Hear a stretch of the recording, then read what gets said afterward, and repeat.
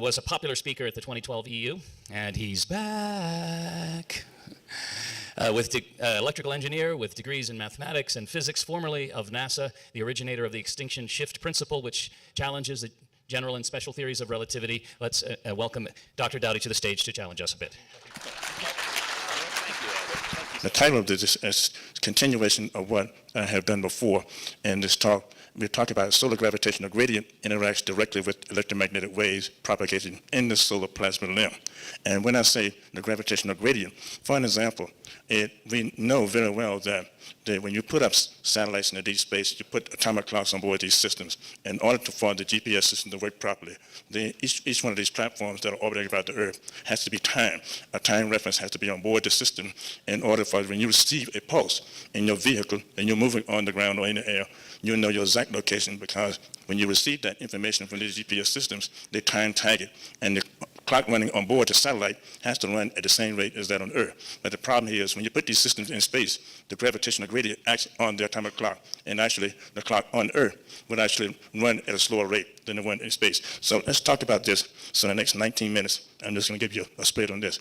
So I'm going to go to the next slide here, which is similar to this slide. My title is actually the solar gravitational gradient acting on the electromagnetic waves. Turns out that the solar gravitational gradient interacts directly with the solar plasma limb, but the solar plasma limb interacts directly with the electromagnetic waves. But however, the gravitational gradient, the first one, interacts indirectly with the electromagnetic waves. So that's the gist of what I'm talking about here. And there's enormous evidence for that, and relativity, the people who support relativity are fighting against this. So let's go on to the next one.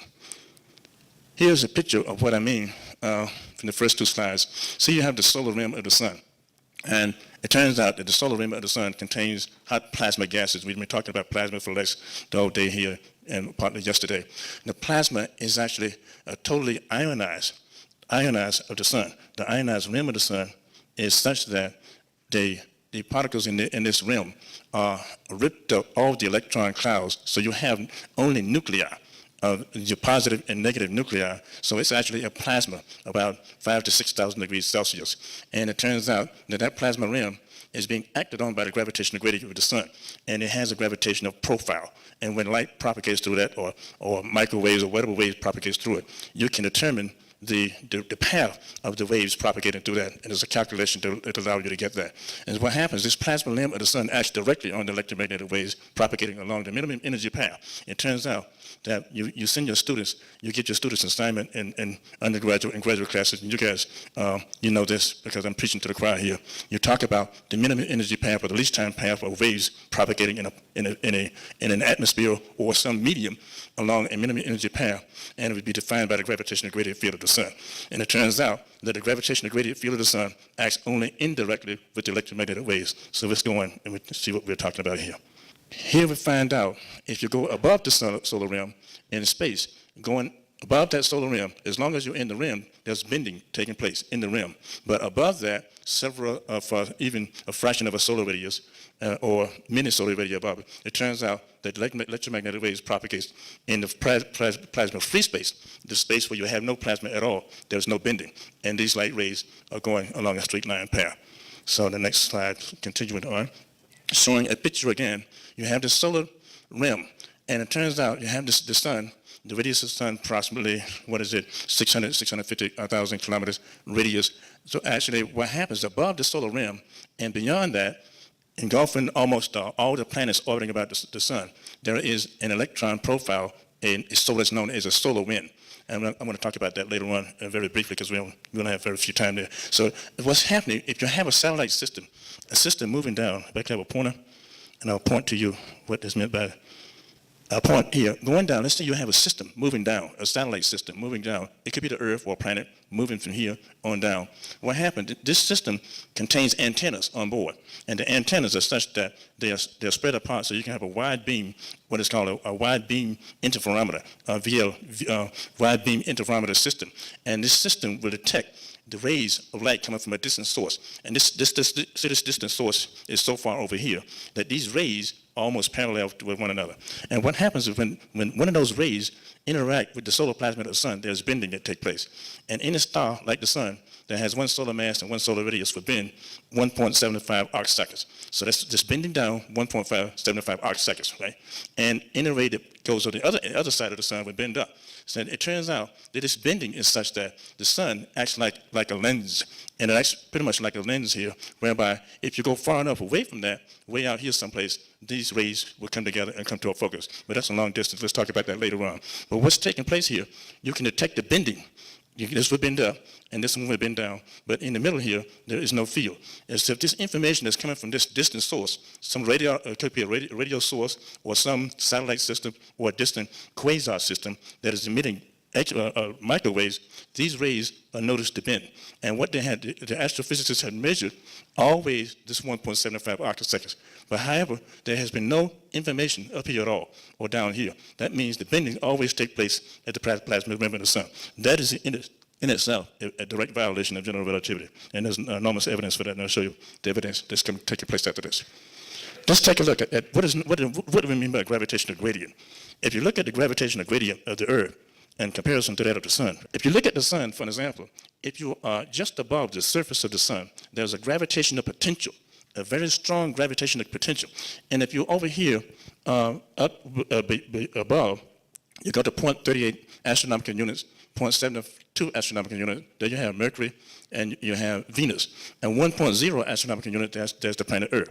On the Earth's surface, it turns out that the gravitational potential of the sun is almost a factor of 14 times greater than that of the gravitational potential of the Earth. But that is the gravitational potential of the sun.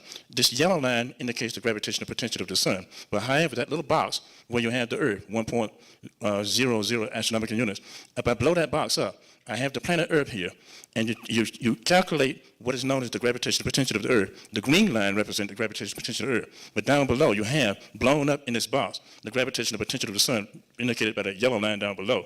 That's 14 times greater than that of the sun.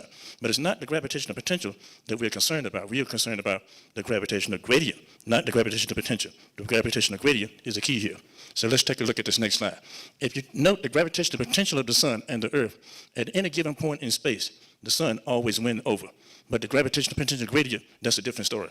But you have the sun, the gravitational potential of the sun, V sun, is equal to approximately 14.14 times that of the gravitational potential of the Earth. That's key. Keep that in mind. But the next time we're going to do, we look at the gravitational potential gradient. If you calculate the gravitational potential gradient, what you have to do is take the first derivative of the sun, the gravitational potential of the sun, along a z-axis. And z coming from the sun, where you have the radius of the sun is 1 astronomical unit. The radius of the orbit of the Earth is 1 astronomical unit. If you look at that at the Earth, right, you'll find that that is much smaller than the gravitational potential of the Earth for along a radial path, which is the radius of the Earth. So that's significant because you find out why is it the atomic clocks run slower when you put the atomic clocks in space than on Earth. It turns out the moon has a profound effect on the Earth's tidal effect. The tidal effect causes the waters to stand up on a hill when the moon passes above the Earth. It is the moon that wins over when it comes to the gravitational gradient of the moon. It's greater than that of the gravitational gradient of the sun. But however, the gravitational gradient of the Earth is far more than that. So going on to the next slide, I'm going to try to sum this up in the next 10 minutes. So making the picture short, taking the sun, the gravitational gradient plasma rim of the sun, you'll find that history for the last 100 years now, the scientists have been able to measure light bending of the stars in the gravitational rim of the sun. But if relativity were factual, according to general relativity, light bending should be everywhere where you have gravitation. But that's not the case. The scientists who support relativity, this is bad news for them. They don't want you to know about this. So let's take this next slide. This is the prediction of general relativity. Relativity says there's bending at the rim of the sun. At the rim of the sun, you have 1.75 arcseconds bending, but above that, if you go a radius, twice the solar radius above that, the bending should be 1/2 of that. In other words, it's 1/2 of 1.75 arcseconds, or approximately 0.85 arcseconds. And above that, 3 solar radii above that, it's 1/3. And then you get 1/4 and 1/5 and so forth. That's general relativity. But what happens here, that relativity fails this experiment. So you take the general relativity equation, which is the light bending 4 times gm divided by rc squared. That is the bending predicted by general relativity in the units of radians. You can convert that to arcseconds by So 2 pi radians is 360 degrees, and 1 degree is 3,600 arc seconds. You work out the mathematics. That first equation should get you 1.75 arc seconds. But if you take the Earth and the Sun, the mass of the Sun, and let that be m, and no matter what the potential, what the density is that mass happens to be, using Gauss' law, you should get exactly the same bending. So using Gauss' method, you can show that using Gauss' method, you can find a lot of objects out in deep space where relativity has failed. And going forward, we can use the principle of reciprocity and the principle of Gauss, showing these 2 principles that are in textbooks all over the planet now. We teach this stuff in astrophysics, in general physics, undergraduate physics. The students are learning this stuff, but however, they're not tying it down to the failure of general relativity. They keep that solid. So this is our job, to point this out to these guys. You point out the failure of relativity. So going forward and summarizing what I just talked about, you have 3 different masses. If these masses are the same, they could be more dense, enclosed within a Gaussian sphere. We come up with the same light bending, and the optical reciprocity is illustrated here.